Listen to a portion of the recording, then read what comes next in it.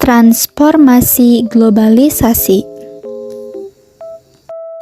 Benih-benih globalisasi telah tumbuh ketika manusia mulai mengenal perdagangan antar negara sekitar tahun 1500 sebelum Masehi. Saat itu, para pedagang dari Tiongkok dan India mulai menelusuri negara lain, baik melalui jalan darat atau jalur sutra maupun jalan laut untuk berdagang.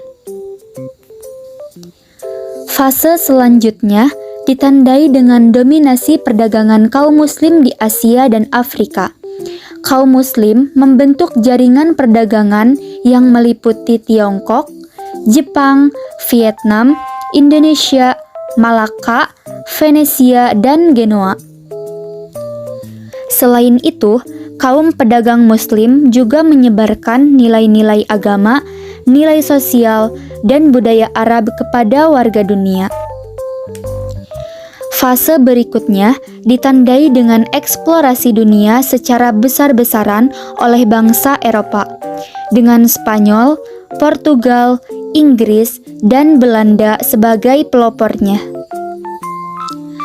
Hal ini didukung pula dengan terjadinya revolusi industri yang meningkatkan keterkaitan antar bangsa dunia.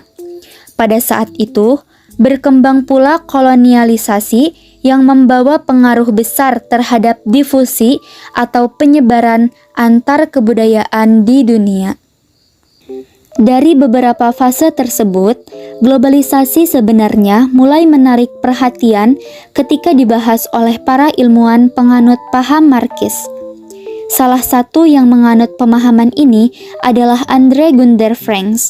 Ia mengemukakan bahwa gejala globalisasi adalah modernisasi, yaitu perkembangan yang bermula dari Eropa Barat dan menyebar ke seluruh penjuru dunia. Pesatnya perkembangan globalisasi pada negara-negara di dunia disebabkan oleh faktor ekonomi. Fenomena globalisasi mulai muncul ketika pusat-pusat peradaban di dunia saling terhubung dalam aktivitas perdagangan melalui jalur darat dan jalur laut. Oleh sebab itu, faktor-faktor seperti modernisasi, industrialisasi, dan perdagangan antar negara mendorong terjadinya globalisasi sehingga berpengaruh pada transformasi sistem dunia. Berdasarkan fase perkembangan globalisasi tersebut, tampak bahwa keterhubungan antar wilayah yang makin meluas karena proses perkembangan industri berpengaruh terhadap transformasi sistem dunia. Salah satunya adalah pembangunan dan pertumbuhan sebagian negara di dunia sebagai magnet pertumbuhan ekonomi. Hal ini dijelaskan dalam teori sistem dunia atau disebut dengan sistem dunia modern yang dicetuskan oleh Immanuel Wallerstein pada tahun 1970-an. Menurut Wallerstein, sebelum kemunculan sistem dunia, terdapat 3 jenis sistem dalam sejarah kehidupan umat manusia, yaitu sistem mini, sistem kekaisaran dunia, dan sistem ekonomi dunia.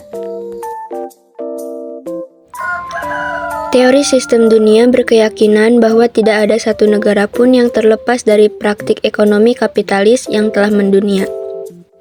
Berdasarkan teori ini, secara hierarkis wilayah dunia dapat dibagi menjadi 3 bagian. Di antaranya adalah 1. Negara pusat atau inti, yaitu negara yang lebih dahulu melakukan industrialisasi dan mendominasi negara yang lemah. Negara dalam kategori ini mengambil keuntungan paling banyak dengan cara memanipulasikan sistem dunia sampai batas-batas tertentu. Negara-negara pusat berperan sebagai aktor utama dalam perubahan dunia, termasuk dalam penentuan negara-negara yang dalam tahap perkembangan.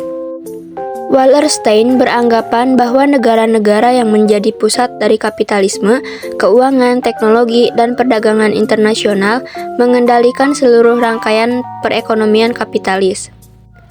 Contohnya Amerika Serikat, Kanada, dan lain-lain. 2. Negara semi-periperi atau negara semi-pinggiran, yaitu negara yang telah memiliki tingkat kemajuan dalam bidang industri yang ditopang oleh aktivitas perdagangan dan keuangan yang memadai. Namun, negara semi-periperi masih memiliki ketergantungan terhadap perdagangan negara pusat. Contohnya, Italia, Jerman, Spanyol, dan lain-lain. 3. Negara periperi atau negara pinggiran, yaitu negara dengan status ekonomi terbelakang dan tingkat kemiskinan tinggi, sumber daya manusia yang rendah, serta tata pemerintahan dan sosial yang buruk. Negara pinggiran berperan sebagai pemasok bahan mentah dan tempat pemasaran produk bagi negara-negara pusat. Dalam perdagangan ekonomi dunia, negara-negara pinggiran sangat bergantung pada negara-negara pusat dan tidak dapat terlepas dari praktik sistem ekonomi kapitalis.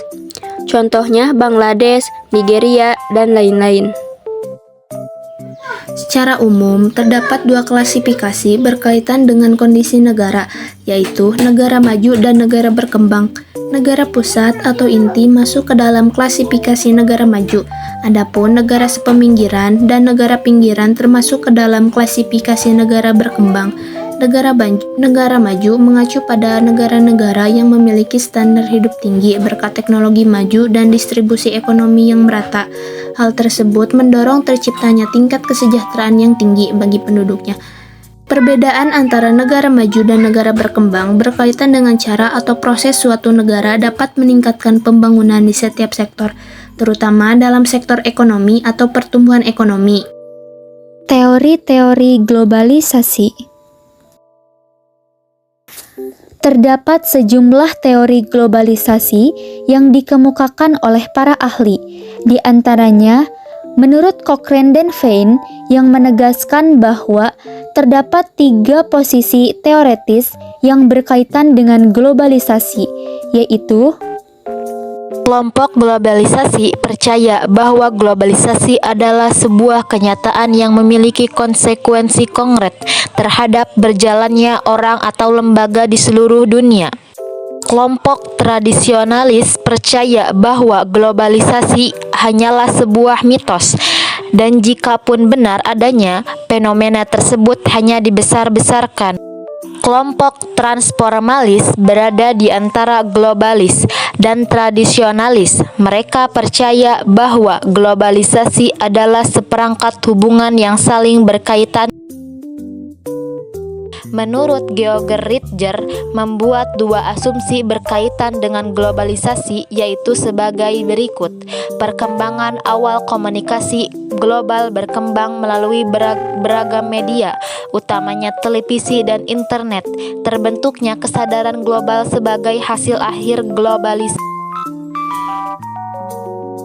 Menurut Thomas Friedman, teori neoliberalisme memandang bahwa globalisasi sebagai proses liberalisasi di mana setiap negara berpeluang untuk memperoleh keuntungan apabila mampu bersaing di pasar global.